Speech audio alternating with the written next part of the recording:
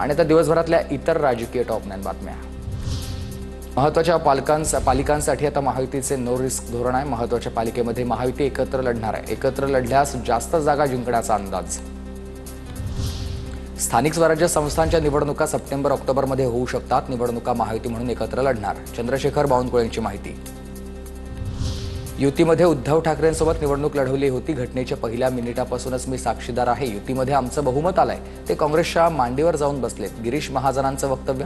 तर त्यांना जो धडा शिकवला गेला तो चांगलाच झालाय, महाजनांचा टोला।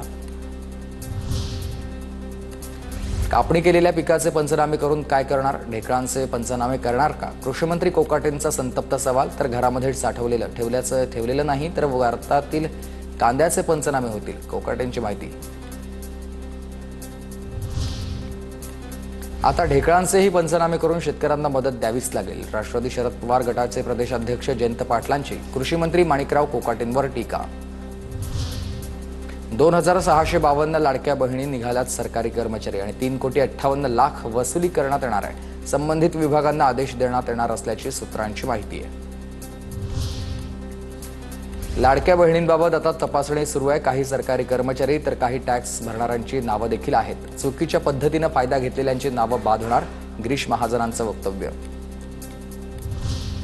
गोकुळच्या अध्यक्षपदी नावीद मुश्रीफ यांची निवड। नावीद मुश्रीफ हे वैद्यकीय शिक्षण मंत्री हसन मुश्रीफ यांचे पुत्र आहेत।